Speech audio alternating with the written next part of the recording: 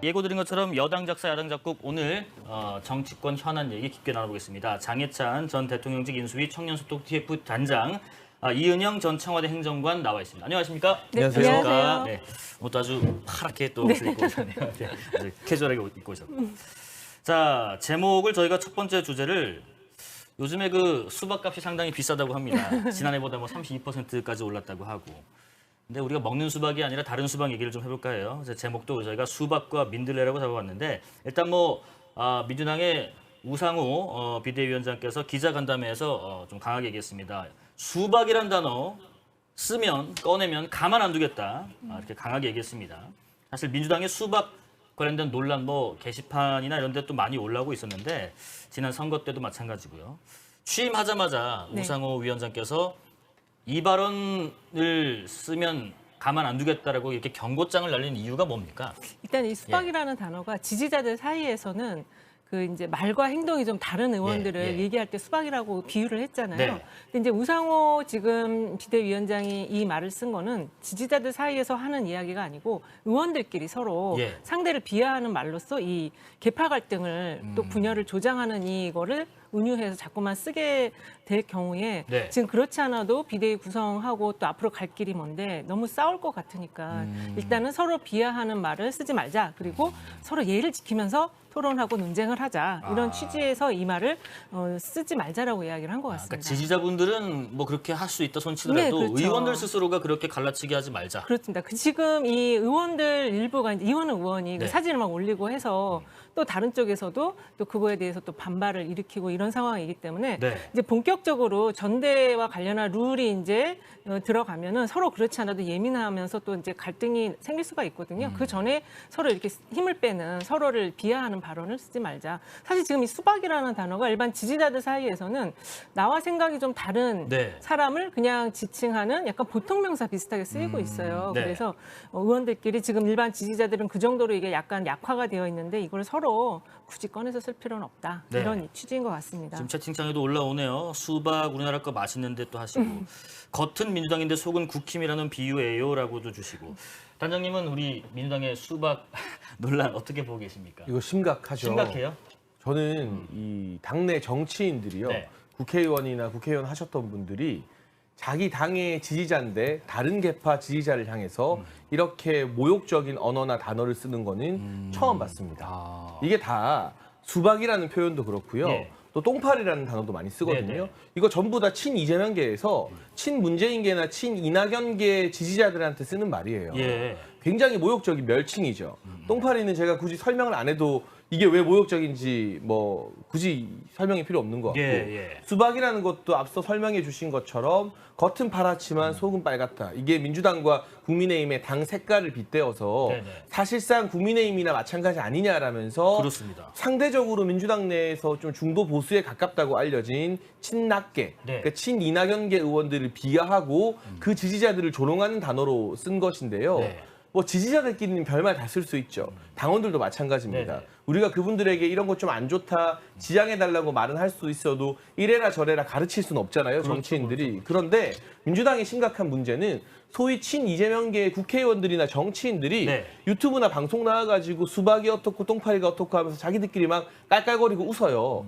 이런 말도 안 되는 상황을 저는 정치평론 거의 10년 가까이 하면서 보게 될 거라고는 몰랐는데 그만큼 민주당 내 새 주류가 된 친이재명계가 매우 폭력적이고 상대방을 모욕 조롱하는 방식으로 당권을 장악한 단면이라고 보기 때문에 우상호 비대위원장이 이 단어 쓰면 가만 안 두겠다고 말한 거 나름대로 늦었지만 적절한 조치라고 생각합니다. 일부 오늘 그 조간의 만평에도 그런 수박 관련된 만평이 나오더라고요. 당도 보장 민주수박해서 내 탓은 없고 네 탓만 하면 있는 해서 수박을 숟가락으로 파봤더니 이제 여러 가지가 비어 있더라라는 풍자도 올라와 있습니다. 자, 그러면 지금 닻을 올린 우상호 의원의 비상대책위원회 최우선 과제는 이런 분위기를 좀 추스르는 걸까요? 아니면 지금 벌써부터 얘기가 나오고 있는 전당대회 룰을 좀 옳게 짜는 걸까요? 뭘 가장 최우선으로 해야겠습니까? 일단은 이제 이 서로 간에 감정이 상하지 않게 유지하는 분위기를 유지하는 게 가장 중요해서 이 수박 발언을 한 거고 가장 지금 최우선 과제는 역시 전당대회를 지금 앞두고 있기 때문에 그 모든 그 구성원들이 합의할 수 있는 전당대회 룰을 만드는 것입니다. 그래서 아마 이번 주 내에 전당대회 준비위원회를 만들어서 위원장을 선임하고 위원들을 선임해서 빨리 이 작업에 들어가려고 지금 하는 것 같습니다. 사실 지금 전당대회 준비도 중요하지만 이제 또 선거 평가에도 중요한데 우선순위로 볼 때면은 이 전당대회 준비를 구성하는 것이 지금 더 훨씬 중요한 과제고 시간이 얼마 안 남았어요. 또 이제 당대표 후보들이 나오면은 또 후보들이 선거운동하는 기간을 빼고서 이 룰이 그 전에 세팅이 돼야 되기 때문에 그래서 전대의 룰을 만드는 것이 가장 중요하고 현재 그 전준 위원장에는 도종환 의원이나 김민석 의원급 의원 등의 그 3선 중진이 지금 거론이 된다고는 합니다. 지금 뭐 안규백 의원, 도종환 의원 뭐 등등 계속 말씀이 거론이. 좀 나오고 있습니다.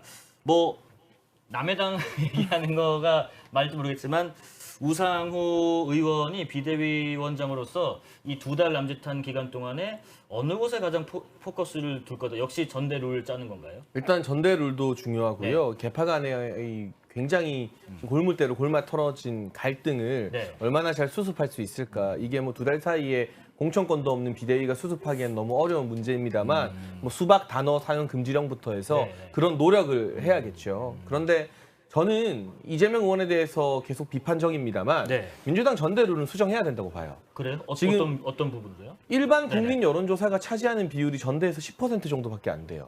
이런 비정상적인 룰을 가지고 당을 운영한다는 것 이제까지 문제가 없었다는 게 더 신기할 정도인 것이고요. 일반 여론조사 비율을 지금 끌어올리자고 친 이재명계에서 주장하고 있는데 저의 정치적 노선만 따지고 보면 제가 이재명 의원이나 그분들 하시는 거에 사사건건 반대해야 되잖아요. 그런데 이거는 뭐 누구에게 유리하고 불리하고를 떠나서 정당 정치나 우리 국민의 어떤 민주주의적 관점에서 보면 일반 여론조사가 10%고 대의원이 뭐 한 30% 정도 일반 당원이나 책임당원보다 훨씬 더 높은 권리를 행사하는 건 이해가 안 되는 거죠. 당원에 등급을 두는 건 당비를 아예 안 내는 분들과 일정 이상 당비를 내는 뭐 표현은 좀 다릅니다. 권리당원, 책임당원.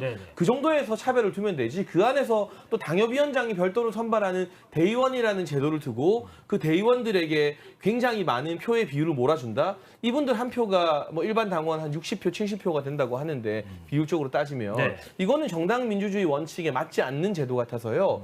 이렇게 대의원의 특혜를 낮추고 일반 국민 여론조사 비율을 올리면 아마도 이재명 의원이 전대에서 대단히 유리해지겠지만 그런 유불리를 떠나서 좀 민주적으로 전당대회 룰을 바꿀 필요는 있다. 국민의힘 같은 경우는 아주 오래전부터 50대 50을 고수하고 있습니다. 그냥 깔끔합니다. 당원 50, 일반 여론 50. 간단하고 뭐 시비거리가 나올 게 없잖아요. 민주당 전대룰은 또 대선 경선룰은 굉장히 복잡하기 때문에 그걸 과연 우상호 의원이 소위 친문계의 반발을 무릅쓰고 관철시킬 수 있을 것인가. 그 부분이 이 비대위에 달린 제일 중요한 과제라고 생각합니다. 우상호 의원의 리더십 한번 기대해 보겠습니다. 지금 채팅창에 수박은 수박이지 왜 수박 사용 못해? 민주당 화이팅이라고 글도 올려주시고 민주당의 현 상황만 보면 전당대회 과정에서도 엄청난 말싸움이 오갈 것 같다라는 얘기도 해주십니다.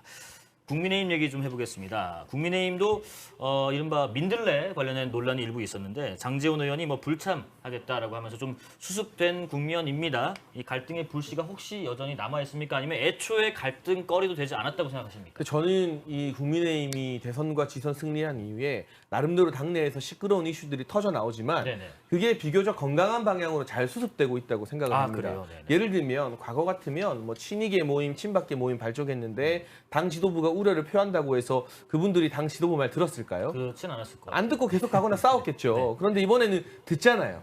이준석 대표도 그렇고 권성동 원내대표가 우려를 표하자 장제원 의원님께서 또 본인 입장에선 충분히 억울할 수 있는데 내가 이거 오해 산다면 안 하겠다.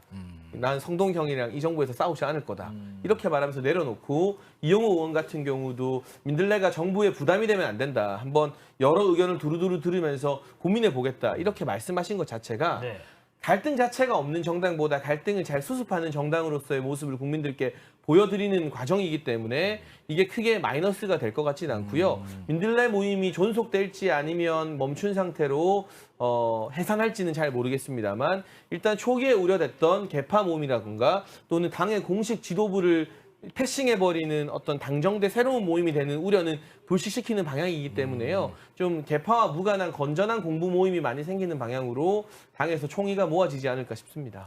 유레카님 말씀하신 민심 들어볼래가 민들레다 하시는데 제가 습니다 민들레 논란. 네. 애초에 이 논란 자체가 불거져 나오지 말았어야 하는 게 정상이라고 보시는지 아니면은 지금 장혜찬 단장님 말씀하신 것처럼 그래도 네. 수용을 많이 해서 네. 발전적이었다고 생각하시나요? 그러니까 지금 장혜찬 단장님은 이 이제 개파가 만들어지는 과정에서 잘 수습이 돼서 화합을 잘하고 있다라고 얘기하시는데 예, 예.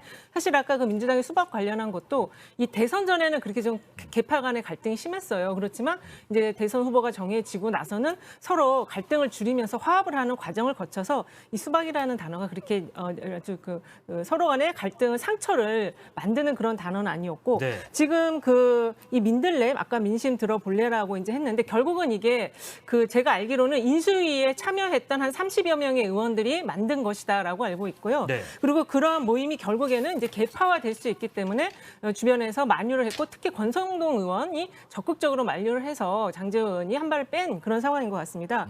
그래서 잘 수습이 되는 것처럼 보였는데 오늘 배현진 의원이 갑자기 또 혁신위는 이준석 그 당대표의 사조직이다 이런 얘기를 했어요. 예. 그래서 저는 사실 깜짝 놀란 게 이 여당이 된 국민의힘에서 벌써 이렇게 서로 갈등의 목소리가 이렇게 일찍 터져 나올 수가 있나. 지금 윤핵관이라는 그 3인의 사람들도 보면은 조금씩 다 결을 다르는 말들을 하고 있거든요. 네. 그래서 오히려 저는 여당이 이렇게 분화가 굉장히 빠르게 되는구나. 임기 초에 지금 국정을 하기도 힘을 합쳐서 하기도 힘들 텐데 그렇게 네네. 좀 보여졌습니다. 단장님 이런 채팅글이 올라옵니다. 관련해서 민들레나 혁신이나 사실상 사조직이다.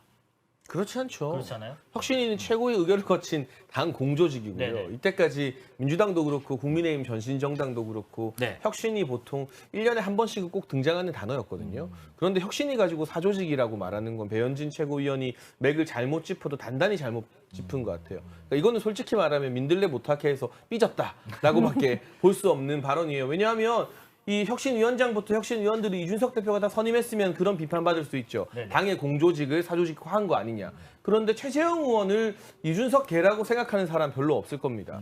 그리고 이준석 정치의 가장 문제가 개파를 안 만든다는 게 가장 문제거든요. 제가 사석에서 아니 그러지 말고 여러 사람과 함께 해야 되는데 좀 두루두루 좋게 지내야 되는 거 아니냐라고 많이 조언하는데 잘 안 들어요.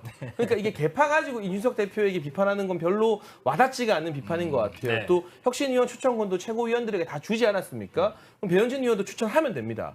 한번 추천했다가 지금 반려한 걸로 알고 있는데 아무튼 이건 좀 적절치 않은 논란인 것 같고요.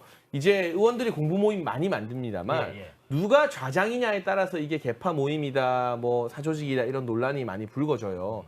그러니까 대권 주자나 당권 주자 같이 체급이 큰 분들이 공부 모임 만들어 버리면 아무리 부인해도 이건 사조직이나 후에 전당대회 또 대선 경선을 염두에 둔 조직으로 비춰질 수밖에 없어요. 약간 줄서기처럼 볼 수도 있죠. 그러니까 사실 억울한 측면이 있겠지만 그만큼 국민의힘과 보수 진영 내부에서 네. 장제원 의원의 영향력이 커졌기 때문에 단순한 삼선 의원이 아니라 누가 뭐래도 부정할 수 없는 네. 이 친윤의 핵심이기 때문에 그런 비판과 오해도 또 감수해야 되는 것이고 그렇습니다. 이제 왕관이 화려하면 무게가 더 무거워지는 법 아니겠습니까? 네네. 그런데 혁신위 같은 경우는 그와는 좀 무관하기 때문에 동일선상에 놓고 비교하기는 좀 어렵다고 생각됩니다. 예, 청풍명월님 답이 되셨습니까? 혁신위는 사조직이 아니라고 장혜찬 단장께서 말씀하셨습니다. 공통 질문 하나씩만 드리고 넘어가겠습니다. 행정관님, 네. 뭐 민주당의 이런 어떤 혁신을 위한 노력이든 국민의힘의 어떤 이런 진통이든 다 좋다. 근데 그게 아니라 지금 원구성 협상부터 좀 하자. 이거 뭐 그렇습니다. 너무한 거 아닙니까? 양당 네. 모두 이런 얘기 나옵니다. 맞아요. 지금 이 화물연대 파업이 아직 한 일주일여가 지나고 있는데 해결의 단초조차 지금 마련을 못 하고 있습니다. 네. 사실 민심 들어볼래가 이런 변화하는 상황에 이런 화물연대 파업에 대한 공부라든지 이런 거를 하는 모임이라면 적극적으로 정말 더 많이 만들려고 저도 권유를 하고 싶은데 지금 그렇지 않은 상황이고 이 화물연대 파업을 좀 해결을 하기 위해서는 이게 이제 안전운임제를 좀 더 존속시킬 거냐 폐지할 거냐 여기서부터 출발이 되는데 요거 이제 3년 동안 했거든요. 그래서 이 국토교통부 장관이 이거에 대한 평가를 국회에 보고를 해야 돼요. 네네. 근데 지금 법사위원장 문제 그리고 국회의장 문제를 가지고 지금 여야가 서로 만나지를 않고 있습니다.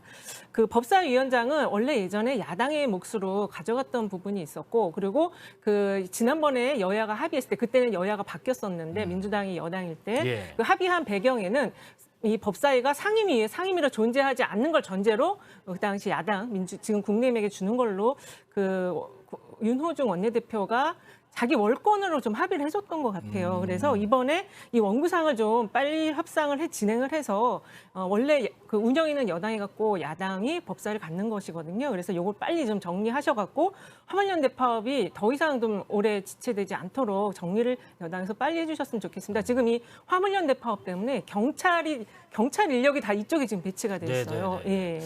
원구성 협상하는 데 있어서 여당이 좀 역할을 빨리 좀 해달라고 하시는데 민주당에서는 우호적인데 국민의힘에서 지금 그거를 올바로 못 이끄는 건가요? 원구성 협상에 있어서는? 아니 원칙은 간단하죠. 네네. 약속 지키면 돼요, 민주당이. 민주당이요? 근데 하반기 국회 법사위원장은 야당이 아니라 국민의힘에게 준다라고 분명히 명시를 해놓았거든요. 네네. 그런데 그 약속을 지금 말짱 백지로 만들려 하거나 거기에 추가적인 조건을 줄줄이 붙이려고 하기 때문에 문제가 생기는 것 같고요. 지금 이 법사위를 사실상 무력화시키자는 제안을 또 우상호 비대위원장이 하고 있는데 자신들이 전반기 법사위 운영할 때는 하나도 변경하지 않고 법사위원장의 권한을 마음껏 활용했으면서 이제 2년 뒤에 약속 지키고 돌려줄 때가 되니까 이거 못 돌려주겠다. 이 권한을 한껏 약화시키자라고 말하는 건 염치가 없어도 너무 없다는 생각이 들어서 원구성 협상의 키는 간단합니다. 국회의장 다수당이 민주당이 가져갔다면 법사위원장을 합의 이행 그대로 국민의힘에게 넘겨주게 되면 나머지 상임위에 대해서는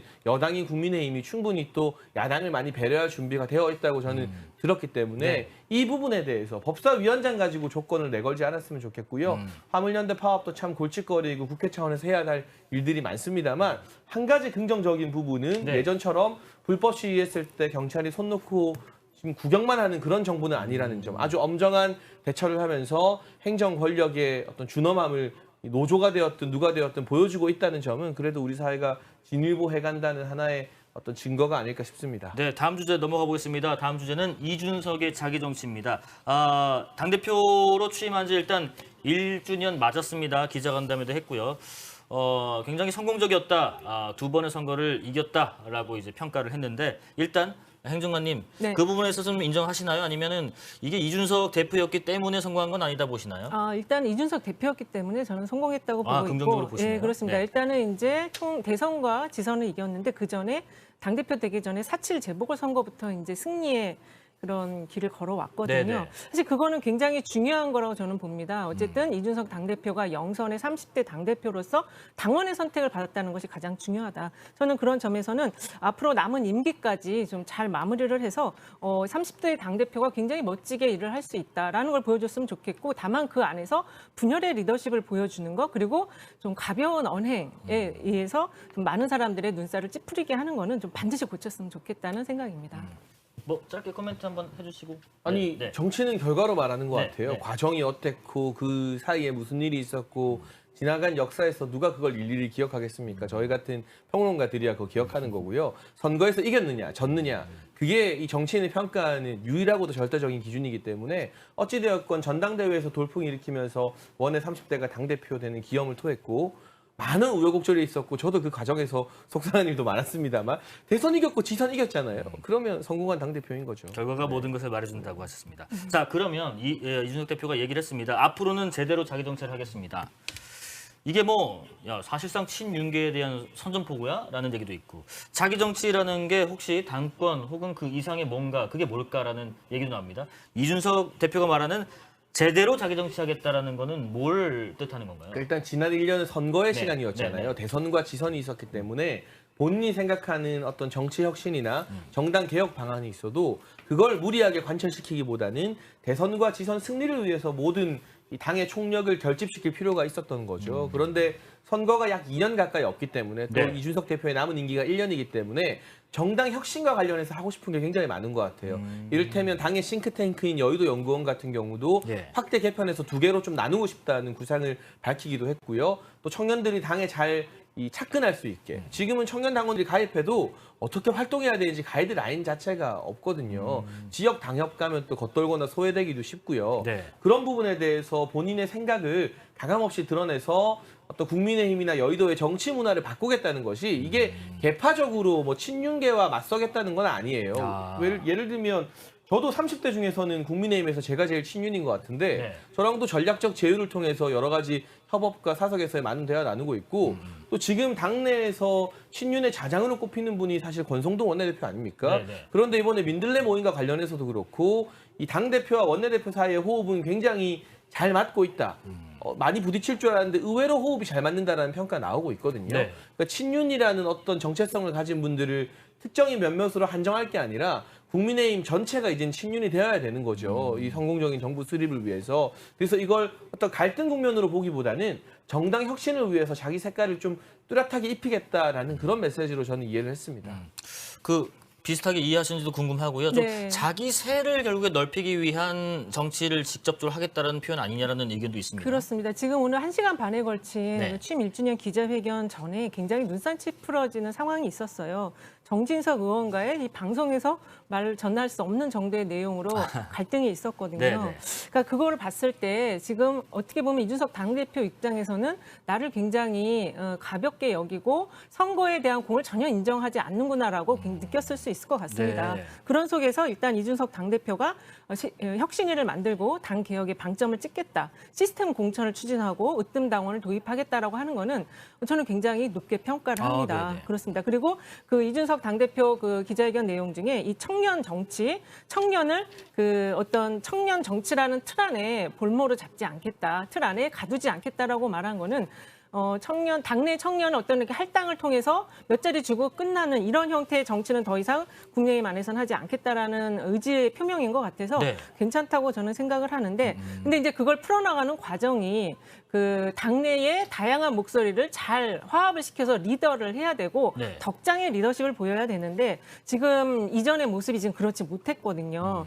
그래서 상당히 당내 반발이 있는 것 같고 그게 결국엔 윤 대통령의 핵심 측근 세력들과의 갈등으로 지금 나타나고 있어서 약간 걱정되는 면도 있습니다. 예. 그러면 추가적으로 하나 더 여쭤볼게요.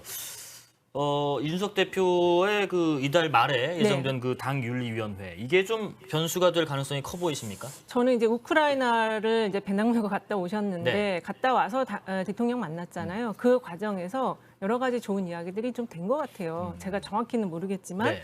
그래서 그 윤리 문제는 본인이 일단은 강력하게 지금 부인을 하고 있고 그렇습니다. 예, 나에 대해서 더 이상 건드리면 가만두지 않겠다라고 지금 메시지를 냈기 때문에 행동으로도 보였어요. 그래서 윤리는 좀 그냥 잘 넘어가지 않을까. 그래서 당대표의 임기는 지킬 수 있지 않을까. 이렇게 좀 보고 있습니다. 비슷한 생각이십니까? 네, 저는 이 윤리위가 현재까지 드러난 정황 증거나 뭐 일방적인 주장만 가지고 당대표에 대한 징계를 의결하기는 상당히 무리가 있을 거라고 보고 있고요. 예, 예. 또 제가 아는 이준석 대표는 설령 뭐 그럴 가능성은 낮겠지만 윤리위가 징계한다고 해서 호락호락 그 징계 받을 뿐이 아닙니다. 그렇게 되면 당이 정말 어려워질 거거든요. 윤리위가 잘 판단해야겠습니다만 이걸로 인해서 뭐 당권이나 남은 당대표 임기에 아주 큰 지장이나 변화가 생길 거라고는 예상하기 좀 어려운 상황 같습니다. 알겠습니다. 마지막 주제 넘어가겠습니다. 김건희의 봉하행입니다. 김건희 여사가 봉하 마을에 도착을 해서 노무현 전 대통령의 묘소를 참배를 하고 이어서 권양숙 여사와 만남을 지금 진행을 하고 있는 것으로 전해졌습니다. 김건희 여사의 봉하행, 윤석열 대통령이 오늘 아침에 뭐 그렇게 그걸 좀 깊게 또 어렵게 또 해석하십니까? 그냥 이렇게 네. 그런 거 정치적인 메시지 아니라 어차피 만날 거였다. 그동안 좀 시간이 안 맞았다라고 하는데 이렇게 막 우리가 행보에 대해서 어떤 여러 가지 평가를 하고 하잖아요. 네, 그렇습니다. 이런 정치적 평가가 그렇게 많이 개입될 여지가 없는 정말 단순 어떤 예우 차원에서 만남일까요? 일단은 이제 그렇게 보고 싶어요. 네네. 왜냐하면 이제 선배 영부인에게 얼마나 물어보고 싶은 것도 많고 배우고 싶은 게 많겠습니까? 더군다나 지금 김건희 여사에 대해서는 여론조사상으로 보면은 절대로 그 내조에만 집중을 해라라는 의견이 60%가 넘는 상황이에요. 네. 그러니까 10명 중 6명이 그냥 가만히 내조만 해라. 대통령만 보필을 집에서 보필해라라는 지금 취지의 여론조사가 나오고 있어서 고민도 많을 것 같습니다. 그래서 권양숙 여사께 이제 그런 것도 물어보고 선배 정치인으로부터 선배 이제 여사님들로부터 배울 거를 지금 찾는 과정인 것 같은데 사실 국민들이 지금 이 김건희 여사가 활동을 하는 거를 막을 수는 없어요. 그렇지만 네. 그 활동의 그 폭이 공과 사가 잘 구분이 안 되는 면이 지금 강하게 나타나고 있다. 예를 들시면요. 일단은 그 빵집에 이제 가신 거 그래서 주변의 그 교통을 좀 마비시킨 것도 공사 구분이 잘 안 되는 측면인 것 같고요. 그 개인의 사진을 자꾸만 그 팬카페에다가 보내가지고 통제가 안 되는 이 상황을 어떻게 지금 국민들이 봐야 될지 굉장히 불편합니다. 네, 그래서 네. 그런 시선이 있다라는 것을 좀 각별히 유념을 하시고 조용한 행보, 원래 말씀하셨던 조용한 행보를 해도 많은 분들이 좋게 평가할 것 같아요. 어떻게 뭐 이 정도 전 영부인분들을 만나는 정도의 공개 행보 정도는 뭐 정치적인 메시지보다는 예우고 정말 선배 영부인에게 좀 배우고 싶은 거니까 거기까지만 했으면 좋겠다. 동의하십니까? 일단은 지금까지 드러난 공개 행보나 네네. 예고된 네. 이제 전 영부인들 만남 같은 경우는 크게 문제될 게 없어 보여요. 이게 또 국민 통합 행보일 수 있잖아요. 네. 권양숙 여사나 뭐 김정숙 여사나 사실 정치적 진영이 다른 대통령의 배우자이기 때문에 네. 윤석열 대통령의 배우자인 김건희 여사가 그분들을 찾아가서 만나서 예방하고 또 여러 가지 지혜와 조언을 구하는 게 하나의 통합적 행보로 보여집니다. 네네. 만약 대통령이 이 양산을 가거나 이렇게 되면 또 이게 너무 큰 확대 해석될 얘기가 커지죠. 여지가 네네. 있기 때문에 그렇지 않는 선에서 내조하면서 국민 통합을 위한 일을 하는 거라고 저는 선회할 여지가 상당히 많다고 보고요. 네. 최근에 뭐 동물권 관련해서 인터뷰를 한 것이라던가 네네. 문화예술 관련된 메시지를 내는 것은 누가 뭐래도 부정할 수 없는 김건희 여사의 전문 영역이잖아요. 뭐 동물 애호가로 워낙 널리 알려져 있고 예. 문화예술 사업을 오래 했으니까 그러니까 지금이 딱 좋다. 여기서 뭔가 더 과해질 거라고 예측하는 것은 아직 드러나지 않은 일에 대한 기우일 수 있기 때문에 지금 정도의 어떤 행보나 메시지 그리고 조언을 하는 것이라면 국민들이 생각하는 조용한 내조의 일환으로 여겨지지 않을까 싶습니다. 아, 지금 동물권 말씀하셔서 네. 계속 여쭤볼게요. 네. 서울신문이죠. 인터뷰를 했습니다. 그렇습니다. 어떤 그 유기견, 또 동물복지, 또 개고기 식용 관련해서 등등에 대해서 목소리를 냈습니다. 단독으로 언론하고 취임 이후에 첫 그렇죠. 인터뷰를 한 건데 네. 이 정도 공식적인 대회 활동은 저는 괜찮다고 보시나요? 아닙니다. 아니에요? 저는 굉장히 부적절하고 아, 그래요? 네, 부적절하다고 보고요. 네. 지금 김건희 여사는 선출직으로 당선된 분이 아니에요. 저희는 국민들은 김건희 여사에게 동물권에 대해서 물어보지 않았어요. 그 얘기를 인터뷰를 해서 자신의 생각을 이야기해서 그걸 어떤 사회 아젠다화 하려고 하는 것 자체 굉장히 저는 위험하다고 보고 네. 사실 저도 청와대에 있었지만 그 제2부속실 영부인실에서 그런 어떤 여러 가지 사회적 아젠다를 의제화하려는 것에 대해서 굉장히 좋지 않은 시각들이 많았습니다. 그래서 굉장히 조심스러워했었던 경험이 있거든요. 그래서 그냥 그 아까처럼 네. 그 선배 찾아가서 어떤 조언을 구하는 정도 선에서 머물러야 된다. 그리고 그것이 대통령을 마음의 심기 관리를 가장 최측근으로 하고 있는 거잖아요. 그 이상을 넘어가면 대통령에게 부담을 준다라고 저는 생각을 합니다. 그러면 그 아까 그 팬카페 얘기를 하셨는데 우리 행정관님께서 어제도 뭐 대통령부가 영화관에 가는 사진도 그렇고 대통령이 대통령실에서 배포한 적이 없는 이런 사진들이 팬카페를 통해서 공개되고 있는 것들. 사실 팬카페에 있는 분들은 너무 좋다, 소통이 되니까 하시는데 또 그렇게 보지 않는 분들도 꽤 있는 것 같습니다. 이런 행보는 어떻게 보시나요? 그건 좀 위험하죠. 위험해요? 대통령실을 통해서 공개되지 않은 별도의 사진이나 메시지가 예. 팬카페를 통해 전달되고 국민들께 알려지는 것은 정무적으로 위험합니다. 네. 뭐 지금까지는 사고가 안 터졌지만 언제 어떤 사진에서 뭔가 실수가 나오거나 국가 안보나 보안과 직결된 사항이 노출될지 모르기 때문에 이 대통령 부부의 모든 일정이나 사진, 메시지와 관련된 부분은 홍보수석실이나 대변인실의 자문과 점검을 받고 나서 예. 공식 조직을 통해서 언론에게 배포되는 방식으로 국민들께 전달돼야 하는 게 맞는 것 같고요. 지금 그 팬카페 회장이라는 변호사분이 SNS에 글을 너무 많이 써요. 그렇죠. 좀 지양해야 될 필요가 있어요. 이분이 네. 정말 김건희 여사를 위한다면 그리고 윤석열 정부의 성공을 원한다면 이게 국민 인식이나 이미지에 별로 도움이 안 되는 행동이거든요. 소위 내가 측근이다, 내가 문고리다 자랑하는 것밖에 안 되는 측면이 있기 때문에 감히 조언을 드리자면 여사님과 가까운 분들도 이제 팬카페 사진을 제공하는 건 조금씩 줄여나가고 안 하는 게 맞는 것 같고요. 이 팬카페 회장이라는 분도 본인이 예. 정말 김건희 여사님을 좋아하고 잘 되길 바라니까 팬카페도 만들고 회장하는 거 아니겠어요? 그렇다면 지금 내가 측근이다, 내가 문고리다 자랑하는 게 아니라 오히려 말을 아끼고 좀 공식적인 조직을 통해서 김건희 여사가 활동의 보폭을 넓힐 수 있도록 한 걸음 뒤에서 지켜보는 게 훨씬 더 적절한 방법이겠죠. 짧게 덧붙이면 네네네. 그 어저께 팬카페를 통해서 공개된 그 사진에서 지금 가장 많이 화제가 되는 게 팔찌입니다. 팔찌. 팔찌가 지금 C 브랜드 명품인데 지금 두 사진이 가지, 나오네요. 네네. 두 가지가 지금 화제가 되고 있고 그것이 막 번져나가는데 그 네. 팔찌가 몇백만 원에서 몇천만 원짜리 브랜드라고 해요. 네. 일단 영부인이 자꾸만 그 해외에 다른 나라의 고가 명품 브랜드를 하고 나오는 것이 위화감을 굉장히 조성한다는 걸 알아야 될 것 같고 네. 아마 비서실에서 사진을 내보냈다면 저런 거를 좀 숙지를 시키고 아마 내보내지 않았을까 그런 생각이 아무래도 들어요. 행정관 출신이시니까 하나 궁금한 게 여쭤볼게요. 네. 이 사진이 나갈 때 어떤 과정과 어떤 그 판단 혹은 뭐 검열 이런 걸 통해서 외부에 나가도 된다 아니면 이거는 좀 뒀다 나가자 이런 결정을 하나요? 일단은 네네. 그 사진이 나가는 거는 그 사진을 찍는 그 행사나 기획의 네. 행사를 기획을 하고 그 안에서 사진이 나가는 거거든요. 네.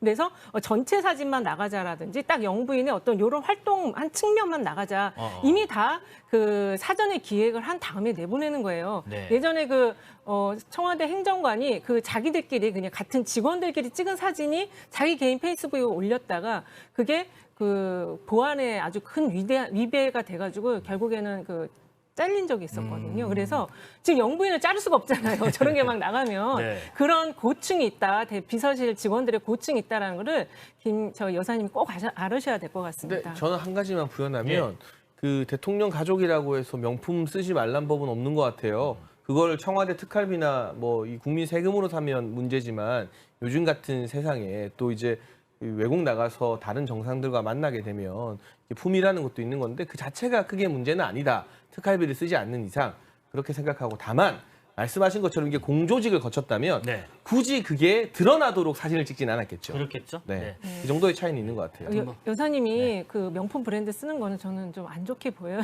안 썼으면 좋겠습니다. 지금 괜찮다고 하는데 외국은 자기 나라 브랜드일 경우에 그 렌탈을 해서 나가서 알리더라고요. 근데 지금 상황은 그게 아닌 것 같아요. 네.